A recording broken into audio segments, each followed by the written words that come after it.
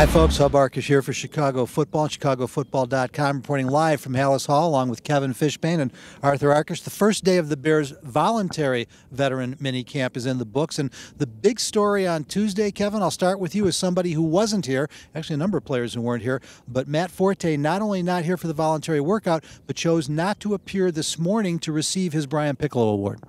Yeah, you know, it's one thing for Matt to miss the workout, and that was expected because he hasn't been at the first part of the offseason training program. But then we found out that he got the Brian Piccolo Award, a very important award to this franchise, to the McCaskey family, and he wasn't here to accept it. Brian Urlacher was in a similar contract situation. He came in to get the award. Now, Matt Forte posted something on his Instagram. He explained his situation. He explained his scheduling, how it all worked.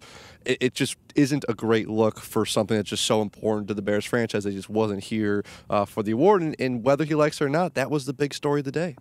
Arthur, another player not here, Martellus Bennett, and kind of conspicuous by his absence because it's not really clear why he's absent. John Fox told us he's not worried about these players who aren't here. It is voluntary, but we're all wondering what's up with Marty Bennett coming off his first Pro Bowl. Yeah, and reportedly Marty did stop in last week to say hello to the guys, but wasn't here on the grass, as Fox likes to say it. So, like I say, he's coming off his first Pro Bowl. He's got 2 years left on his deal. He has probably outperformed that deal, but again, he's under contract. He's expected to be here, so it's early, it's voluntary, but certainly it stands out when one of your top offensive players is not in attendance.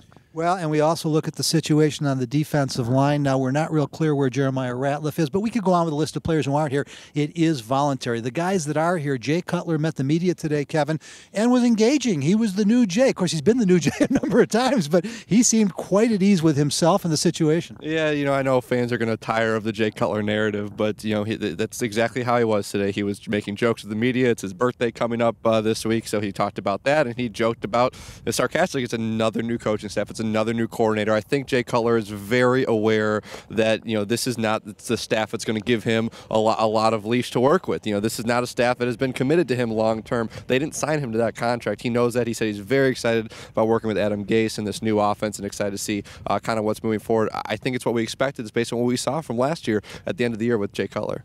And finally, the last big story of today, Arthur, we met Ray McDonald for the first time. He is a Chicago Bear. He told us, A, he understands he can't put himself in difficult situations, but also reiterated he is innocent of the charges that he's been accused of. He did, yeah, and he was adamant about that. He said that he has learned from the allegations that occurred, but what he's learned more than anything is he needs to run in the right circles. He can't trust everyone. He needs to surround himself with people who have his best interests in mind. He said that he came and he was just totally honest when he came to Chicago and met with George McCaskey, and he's a soft-spoken guy. He seemed like he was ready to get to work, but again, he was adamant that he was innocent of any of these charges that are against him. A busy first day at Halas Hall, and John Fox even told me honestly he's not thrilled about having to do this 3 days before the draft, which he'd like to be involved in with Ryan Pace, but this is what the schedule gave him. He said they'll find the hours. We will find the hours for all the best reporting from Halas Hall on the Chicago Bears and the draft all week long. Stay right where we're at 24/7 at ChicagoFootball.com.